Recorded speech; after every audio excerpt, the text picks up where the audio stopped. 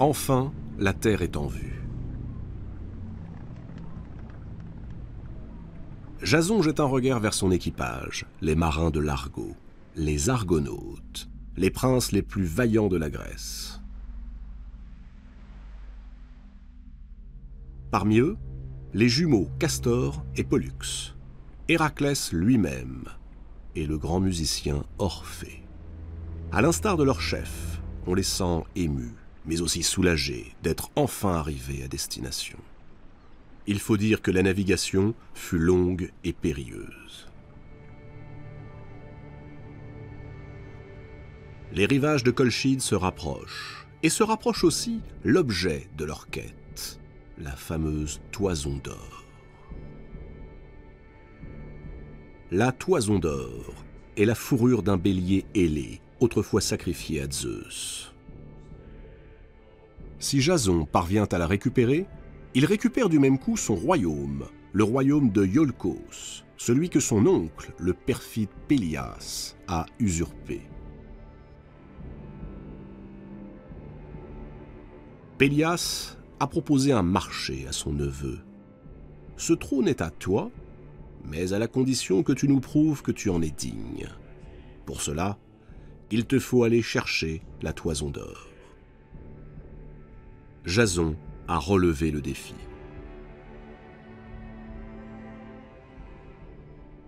Entouré de ses fidèles compagnons, le héros escalade les dunes.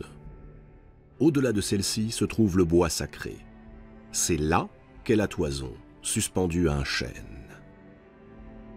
Mais avant de la décrocher, Jason devra en faire la demande au roi de Colchide, Aétès, dépositaire de l'objet mythique. Aétès en a confié la garde à un redoutable dragon, qui, d'un jet de flamme, réduit en cendres quiconque ose s'approcher. Or, Aétès est un personnage fourbe et sans cœur. Il prend un malin plaisir à tuer tous les étrangers qui posent le pied sur son sol.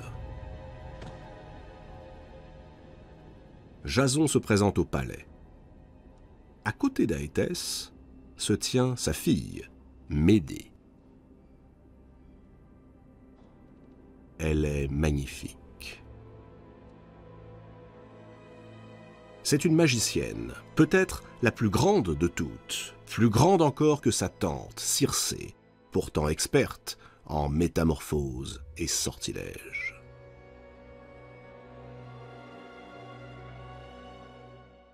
Aétès écoute attentivement la requête de son visiteur. Si tu es capable de surmonter les 3 épreuves que je vais t'imposer, la Toison d'Or est à toi. 3 épreuves, mais non des moindres. D'abord, atteler à une charrue 2 taureaux aux cornes et aux pieds d'airain, dont les naseaux soufflent des tourbillons de flammes. Ensuite, leur faire défricher 4 arpents d'un champ et y semer les dents d'un dragon, sachant qu'une fois en terre, ces graines peu ordinaires feront germer de redoutables guerriers qu'il faudra ensuite vaincre. Jason est stupéfait. Ce que réclame Aétès est impossible à accomplir. D'ailleurs, où trouver des dents de dragon? Aétès sourit. Il tend sa main ouverte, dévoilant une poignée de dents d'une taille monstrueuse. Les voici, à toi de les semer. Jason quitte la salle du trône, l'esprit tourmenté. Là-haut, sur l'Olympe, 2 déesses ont assisté à toute la scène. Héra et Athéna, l'épouse de Zeus et sa fille. Et tandis que Jason repart, elles discutent fiévreusement de la manière de lui venir en aide. Il leur vient une idée. Elles se tournent vers Eros, le dieu de l'amour, et lui demandent de faire en sorte que la fille du roi, Médée, soit prise d'une passion brûlante pour Jason. Eros accepte. Il promet même aux déesses de faire durer la passion de Médée. À l'instant où Jason s'apprête à rejoindre ses compagnons, Médée apparaît devant lui.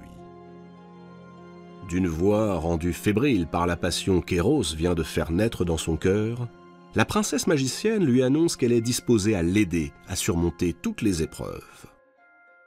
Elle le protégera. Mais elle aussi pose une condition, que Jason l'emmène loin de ce père qu'elle n'aime pas, et qu'il promette de l'épouser. Jason réfléchit. Médée est belle, et sa proposition est inespérée. Il jure par tous les dieux de l'Olympe que non seulement il l'épousera, mais qu'il lui sera fidèle toute sa vie. Alors, Médée lui remet un flacon contenant un liquide couleur de sang.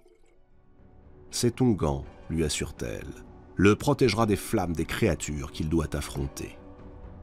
Elle lui tend ensuite une pierre banale, tout ce qu'il y a de plus commun. Une fois qu'il aura semé les dents de dragon et qu'elles se transformeront en redoutables guerriers, Jason devra lancer la pierre sur l'un d'entre eux. Puissants, mais terriblement stupides, les guerriers nés des dents du dragon se disputeront le caillou.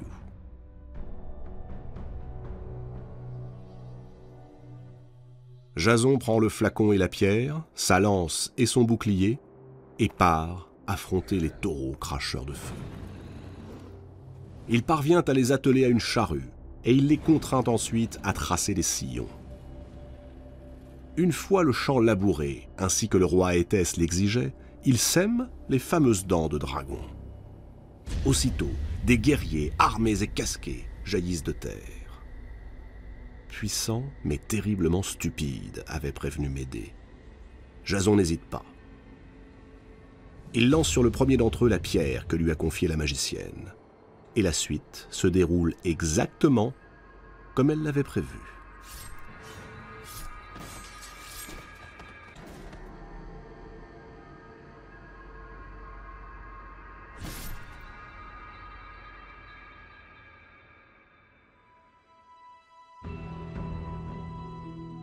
L'heure est venue pour Jason de retourner auprès d'Aéthès et de réclamer son dû. Médée et lui reprennent la route. La magicienne reste en retrait afin de ne pas attirer les soupçons de son père. Elle sait qu'il ne va pas tarder à comprendre que si Jason a réussi, c'est parce que quelqu'un l'a aidé. Et ce ne peut être qu'une personne douée de magie, sa propre fille.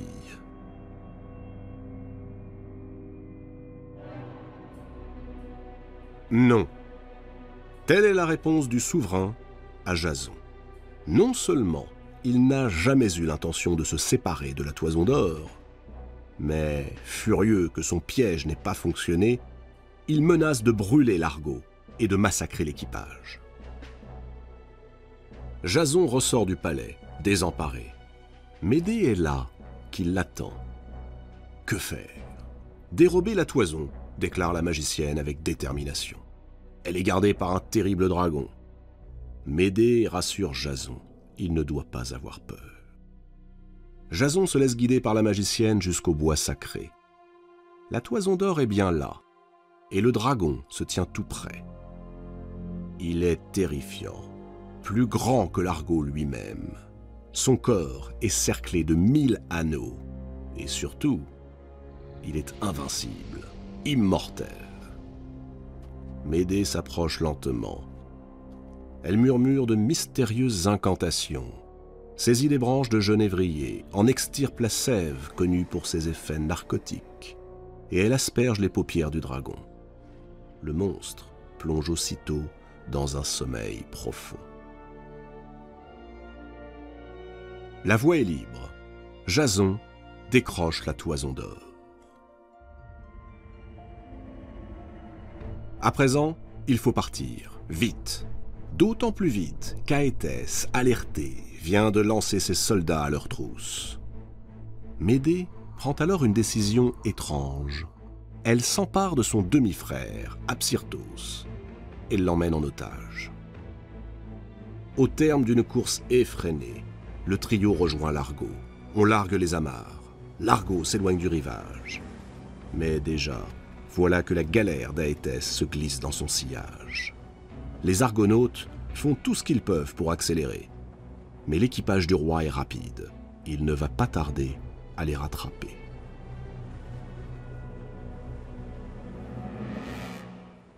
Médée est prise de panique. Pas question pour elle de retomber entre les griffes de son père.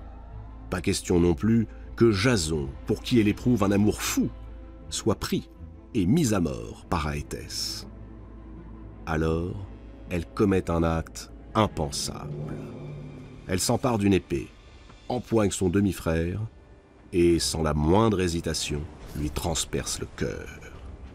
Puis, avec la même détermination, elle lui tranche la tête, le découpe en morceaux et, devant les argonautes horrifiés, les jette un par un par-dessus bord. Le roi Aétès, tétanisé, manque de défaillir. Il vient de reconnaître la tête de son fils dérivant sur les flots.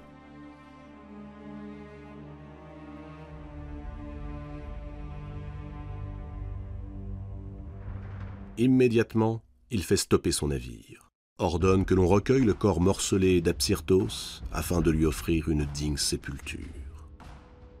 L'Argo file vers le large, il est sauvé.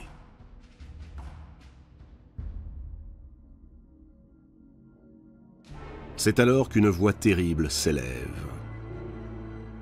C'est celle de Zeus. Le roi des dieux, révolté par le geste de Médée, proclame que les deux amants paieront de leur vie ce meurtre atroce, sauf s'ils parviennent à se faire purifier.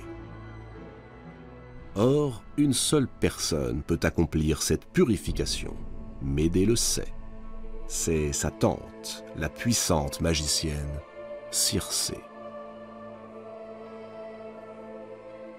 Sur elle courent 1000 légendes, toutes plus inquiétantes les unes que les autres. L'Argo change de cap. La traversée est longue et périlleuse jusqu'à l'île où vit Circé. Il faut affronter 1000 tempêtes. Au terme de 30 jours de mer, Jason et Médée arrivent au palais de la grande magicienne. Ils se mêlent à la foule des suppliants, venus eux aussi en quête de purification. Drapée dans une tunique écarlate, Circé s'avance. Dans un silence impressionnant, elle s'approche du couple et tend au-dessus d'eux une jeune brebis, lui tranche la gorge, arrose les mains de Jason et de Médée de son sang en invoquant Zeus. Le rituel achevé, Circé fixe sa nièce avec dureté. Elle lui lance « Je t'ai purifié. Je ne méditerai aucun malheur nouveau contre toi. Mais sache que je n'approuve ni tes desseins, ni ta faute honteuse. Sors d'ici. » Médée éclate en sanglots. Jason, de plus en plus troublé par le mauvais sort qui frappe la jeune femme, se demande si une malédiction ne s'est pas abattue sur lui et son équipage.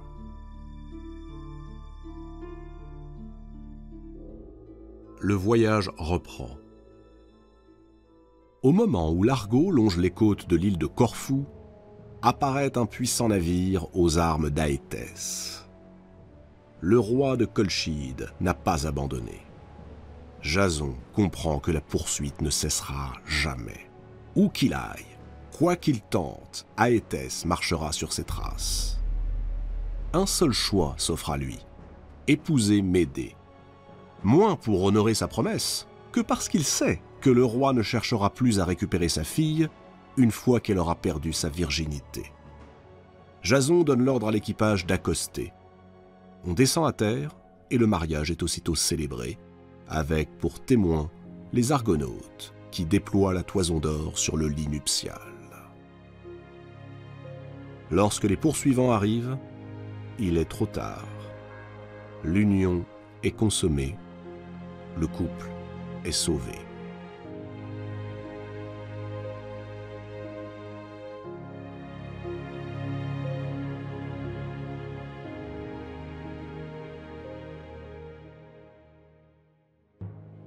De retour à Iolcos, une terrible nouvelle attend Jason.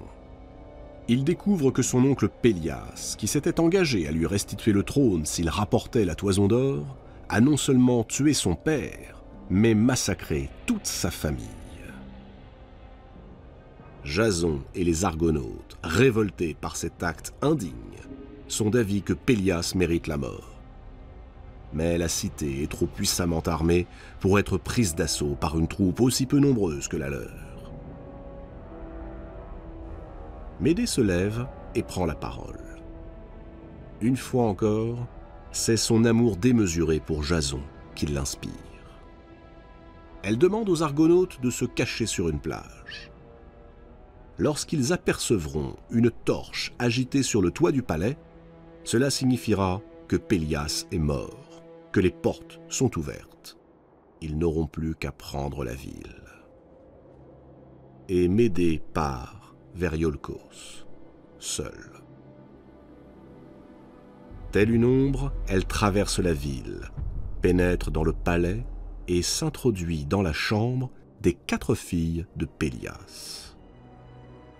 Elle leur annonce qu'elle est l'envoyée de la déesse Artémis, qui a décidé d'offrir une nouvelle jeunesse à leur vieux père. Les filles s'esclaffent, elles n'en croient pas un mot. Alors, pour les convaincre, Médée fait bouillir de l'eau dans un énorme chaudron.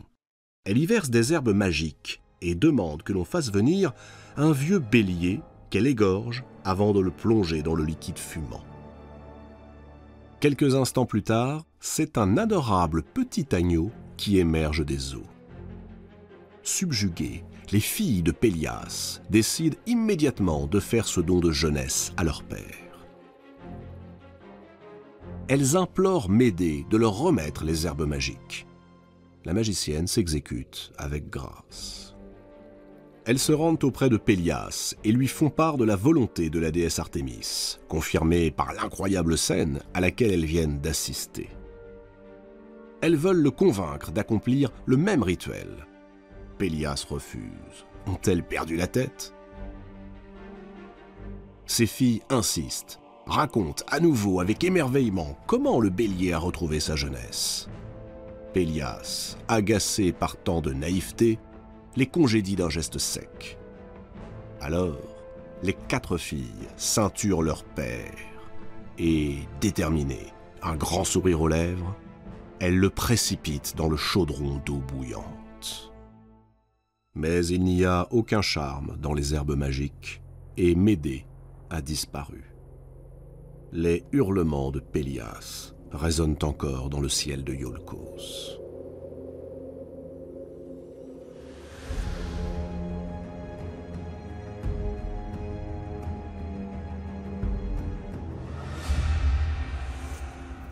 Jason va-t-il enfin monter sur le trône? Non, car les habitants le tiennent pour responsable de la mort de leur roi. Ils le chassent du royaume et couronnent à sa place Acaste, le fils de Pélias. Et voilà Jason et Médée condamnés à l'exil, contraints d'aller trouver refuge ailleurs. Ils sont accueillis à Corinthe par le roi Créon.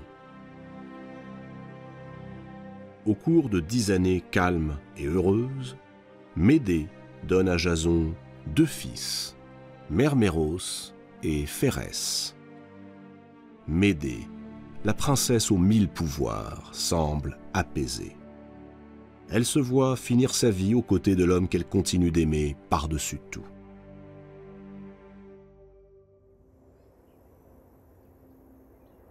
Mais un matin, le roi Créon convoque Jason et lui confie que, se sentant vieillir, il voudrait pour sa fille Créuse un époux noble qui pourra lui succéder. Il a pensé à lui. Il est déjà marié? Qu'à cela ne tienne, il n'a qu'à répudier Médée. De toute façon, poursuit Créon, Médée est une étrangère, et selon la loi grecque, elle n'est pas reconnue comme étant l'épouse de Jason.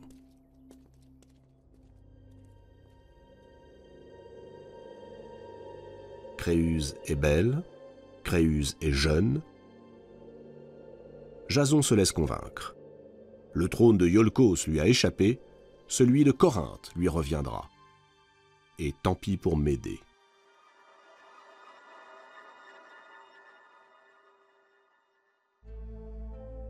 Le jour même, le roi ordonne le bannissement de la magicienne. Médée est effondrée. Tout à coup, la voilà dépossédée de tout. Mais elle se ressaisit très vite. Elle réclame au roi que lui soit accordé un jour de plus dans la cité. Créon accepte. Il n'imagine pas un seul instant l'effroyable vengeance que la magicienne humiliée s'apprête à mettre en œuvre. Médée fait apparaître une robe sublime, un vêtement digne de la plus belle des déesses, de la plus noble des reines, et prétextant un gage d'amitié, la fait parvenir à sa rivale. Créuse est ravie, éblouie. Elle s'empresse de la revêtir. Et c'est l'horreur. À peine a-t-elle enfilé la robe qu'elle s'enflamme. Créuse brûle. Dévastée par un feu terrible, elle se consume dans des douleurs atroces.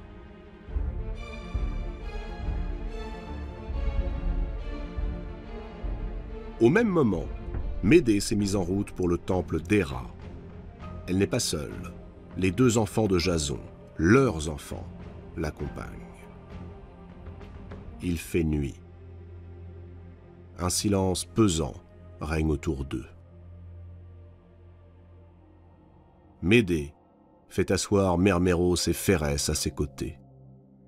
Elle les prend dans ses bras, les serre tendrement contre elle.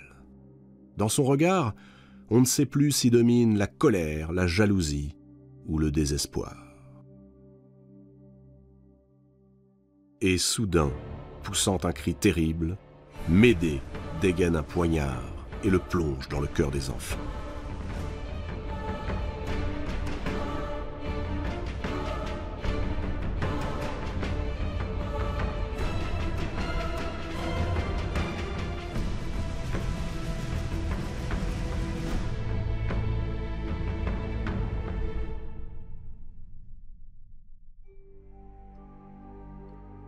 Jason, le conquérant de la Toison d'Or, n'est plus que l'ombre de lui-même. Peu importe maintenant le pouvoir et la gloire. Il vit dans ses souvenirs, seul et malheureux. Dans le souvenir de ses fils assassinés, dans le souvenir de ses exploits d'antan et de ses amours trépassés.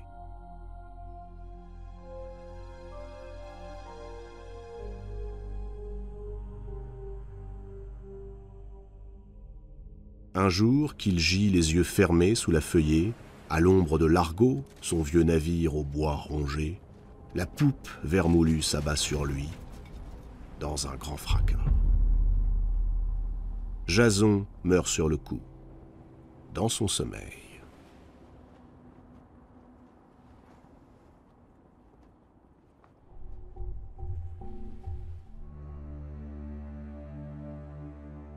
Qu'est-il advenu de Médée? On ne sait rien de sa fin.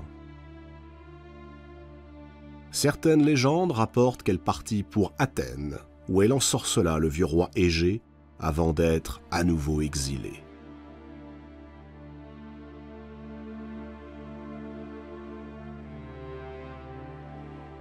D'autres prétendent que les dieux, magnanimes, lui ôtèrent la vie, mais lui pardonnèrent son horrible crime.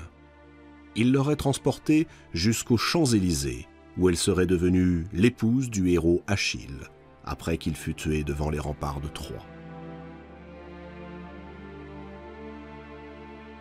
Médée, c'est la femme errante, l'étrangère. Médée, c'est aussi la femme humiliée et trahie, prête à tout, même à tuer ses enfants. Démesuré, possessif, son amour est devenu assassin.